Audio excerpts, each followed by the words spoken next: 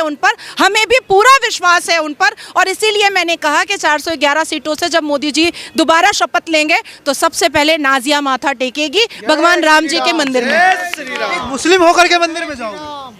लो, कोई पहली बार थोड़े ही हो रहा है। और मुस्लिम होकर के मैं मंदिर क्यों नहीं जा सकती हूँ भाई? क्या मैं आफ्ताब की तरह बोटियां कर रही हूँ?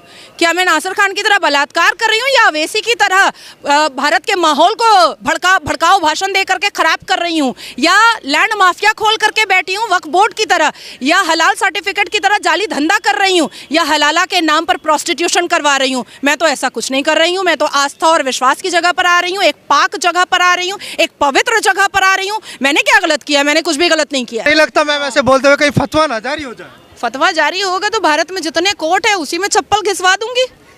बहुत बढ़िया, जय श्री राम। नहीं, अगर एक मुस्लिम महिला हिंदू के भजन को गा देती है तो उसके लिए फतवा जारी हो जाता है, और आप खुलकर बोल रही हैं। हाँ, मैं तो खुलकर बोलूंगी, एकदम खुलकर बोलूंगी। काहे नहीं बोलूंगी? कौन रोक सकता है मुझे? अवैसी साहब के पास, मदनी साहब के पास, बर्क साहब के पास बहुत बड़ा फ्रीडम ऑफ स्पीच है। आर्टिकल 19, 14, 21, 22, 29 मेरे लिए नहीं है। काहे नहीं होगा मेरे लिए? मेरे लिए नहीं होगा। बहुत बढ़िया। हम भी फ्रीडम ऑफ स्पीच पे बात करेंगे, फ्रीडम ऑफ स्पीच पे बात एकदम। और मैंने तो संविधान पढ़ा हुआ है। अवैसी अगर बैरिस्टर है तो नाजिया कोई जाहिल अनपढ़ तो नहीं है कि वो समझा देंगे भाई मेरा फ्रीडम ऑफ रिलीजन है, मेरा फ्रीडम ऑफ स्पीच है। तो मेरा कहाँ चला गया? मेरा कहाँ चला गया? मैं जाकर के सीरिया में ढूंढूं क्या अपना फ्रीडम ऑफ स्पीच? मैं सीरिया में ढूंढूंगी क्या? बहुत बढ़िया, बहुत बढ़िया। फ्रीडम ऑफ स्पीच की बात कर रहे हैं तो बात भाईचारे की करिए ना। ये तो कहीं ना कहीं बोल रहे हैं कि धर्म के नाम पर, मंदिर मस्जिद के नाम पर बार बार माहौल खराब होता रहा है। चलिए भाईचारे की बात करते हैं। हाँ जी। ज्ञानवापी दे दो बिना लड़े। बहुत बढ़िया।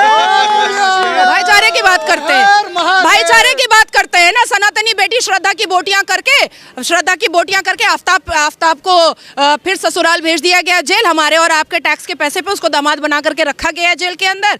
कटवा दो औजार, बना दो नामर्द, क्योंकि इस्लाम तो यही कहता है। इस्लाम तो यही कहता है ना कि बलात्कारियों को नामर्द बना दिया जाए।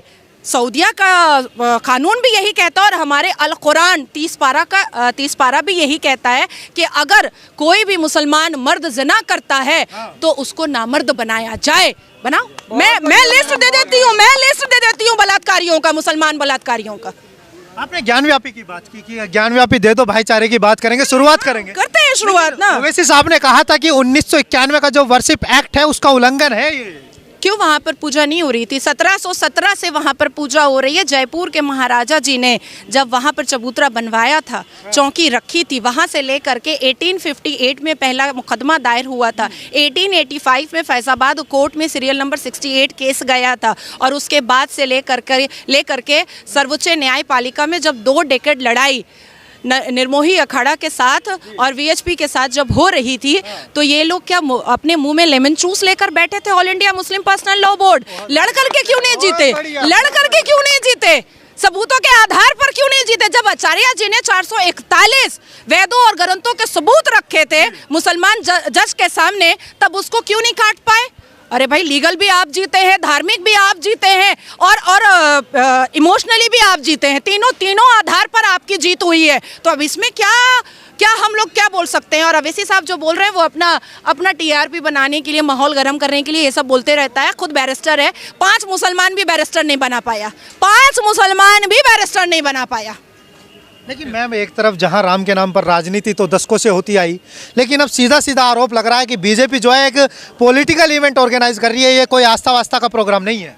तो फिर अवैसी भी नमाज बिछा करके नमाज जो है अपने सियासत के फायदे के लिए ही पढ़ता होगा, उसी के लिए पढ़ता होगा। धार्मिक अगर किसी के धर्म को हम उंगलियां उठाएंगे तो हमारे धर्म पर भी तो उंगलियां उठेंगी ना। आप लोग बहुत शरीफ आदमी लोग हो, सनातनी बहुत टॉलरेंस है, बड़ा बर्दाश्त है आप लोगों के अंदर। सही सुनो, बताया जाता है।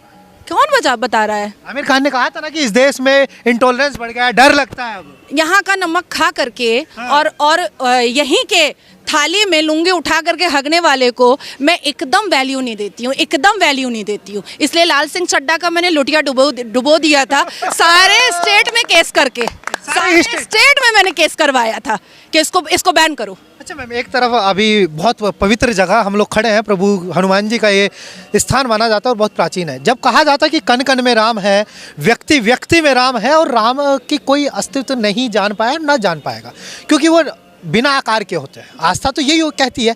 तो फिर जब रोम रोम में राम है, तो इतना पैसा लगा करके एक भव्य मंदिर बनाने की क्या आवश्यकता थी? लोग कह रहे हैं कि एक अच्छा हॉस्पिटल बन जाता राम के नाम पर, एक अच्छा विश्वविद्यालय बन जाता, तो लोगों के लिए फायदा होता ना। कौन सी मस्जिद जो है वो हॉस्पिटल और यूनिवर्सिटी खोल रही है? कोई मस्जिद खोली है क्या? नहीं। तो कहीं से तो शुरुआत करनी पड़ेगी ना। नहीं, सारी मंदिरें सरकार को टैक्स दे रही हैं, सारी मंदिरें यूनिवर्सिटी खोल रही है, कैंसर हॉस्पिटल खोल रही है, गुरुकुल खोल रही है। मंदिरें तो बहुत पार्टिसिपेट कर रही हैं, बहुत, और अपने अपने पैसे से पार्टिसिपेट कर रही हैं। और राहुल बाबा के अब्बा जान ने बनवा दिया क्या मंदिर? अब्बा जान या पापा? अब्बा जान, पापा ने। अरे कश्मीरी पंडित है, नहीं, उनके घर में उनके कौन है कश्मीरी पंडित? राहुल गांधी है? खानदानी मुसलमान है। हाँ, देखिए अंकल जी एकदम सही कहे हैं। 1954 लगता तेरे को मानने वाला। सुनिए 1949 में अजमेर शरीफ गए थे नेहरू साहब। हाँ, नेहरू मामू बनाए हैं हम लोग सबको, आप लोगों को कुछ ज्यादा ही बनाए हैं। चाचा वो है नहीं, वो मामू बनाए हैं आप लोग सबको। अजमेर शरीफ गए 1949 में, और 1950 में एक मंदिर का उद्घाटन हुआ था, वहाँ नहीं गए थे। 1955 में जब सऊदी अरबिया के शहजादे आ रहे थे, तो सारी मंदिरों पे पर्दा ढक दिया था और ला इलाहा का बोर्ड लगा दिया था। 1966 में इंदिरा गांधी ने साधु स्लॉटर करवाया था। अब आप बताइए, अजमल खसब पे 30 करोड़ रुपया खर्चा करवाया गया था मेहमान नवाजी पर। अब आप बताइए उनको मैं अब्बा जान ना बोलूँ तो और क्या बोलूँ? अगर मुसलमानों से भी इतनी मोहब्बत होती ना, तो कभी भी शाबानो सायराबानो को कलपता, रोता, तड़पता नहीं छोड़ते, कभी नहीं छोड़ते। तो वो तो कह रहे हैं कि हम भाईचारे की बात करते हैं, देश की एकता की बात करते हैं, अखंडता की बात करते हैं, और जबकि दो भाई एक दूसरे की शक्ल नहीं देख पाते हैं। मेनका गांधी और सोनिया गांधी भी एक दूसरे की शक्ल नहीं देखती है।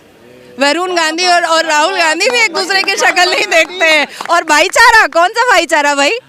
कौन निकले तो हैं भारत जोड़ो न्याय यात्रा पर, लोगों को न्याय दिलाने हैं। पश्चाताप यात्रा है, पश्चाताप यात्रा। क्योंकि जिनके पूर्वजों ने और बाप दादा ने, अब्बा जान ने सबसे ज़्यादा अन्याय किया है, उसी की माफ़ी के लिए यात्रा निकाल रहे हैं। और मैं और एक बात बता देती हूँ, 4000 किलोमीटर चले थे चवन्नी अठन्नी एक्ट्रेस को लेकर के, उसके बाद धीरज शाहू को लेकर के जो गड्डियों का साम्राज्य था, उसके बाद कन्हैया को लेकर के जो हिंदुस्तान तेरे टुकड़े होंगे इंशाल्लाह इंशाल्लाह का नारा लगाता था। क्या पाली है? 3 राज ना मिला ना। और तीन राज में क्या हुआ? मुंह के बल गिरे हैं।